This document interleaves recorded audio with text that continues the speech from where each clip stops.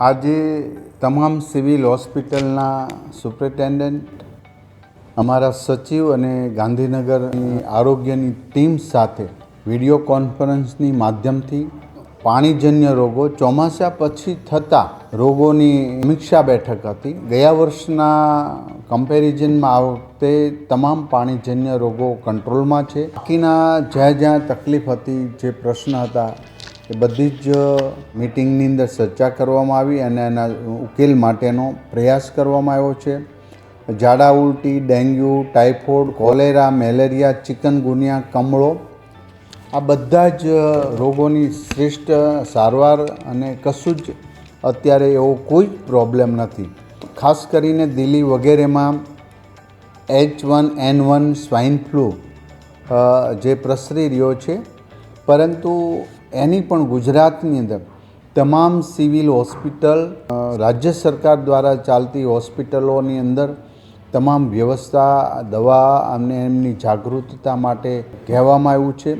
Step 1, step 2 અને step 3 ત્રણ એના આ રોગના લક્ષણો હોય છે. તો પહેલું જ નાકનાથી નજીક ગળામાં અને પછી ફેફસામાં, તો એમનો ટેસ્ટ પણ કરવાના, એવું લાગે તો તુરંત જ ટેસ્ટ કરવાના. અને હવે આ દવા એમની હોવાથી અને એમની સારવાર અદ્યતન હોવાથી કોઈ ગભરાવાની જરૂર છે જ નહીં. આ તો પાણી આવ્યા પહેલાં પાળ બાંધવાની વાત રાજ્ય સરકારના આરોગ્ય વિભાગની છે.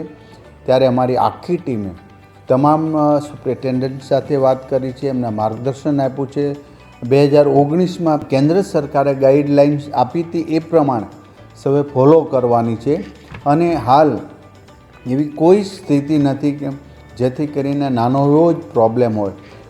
માટે અમારી ટીમ જે કામગીરી કરી રહી છે, ગામડાઓમાં, ટાઉન પ્લેસ વગેરે જગ્યા પર તમામ જગ્યાએ અમારી કામગીરી ચાલી રહી છે. ત્યારે ઓછા રોગો થયા, એના વધુમાં વધુ એની સારવાર પહેલાં જાગૃતતા લાવ્યા. ક્લોરીન ટેબ્લેટનું વિતરણ સૌથી મહત્ત્વનો ભાગ ભજવ્યો છે અને એના હિસાબે તમામ પ્રકારના રોગો ઉપર આપણે કંટ્રોલ કરી શક્યા છીએ.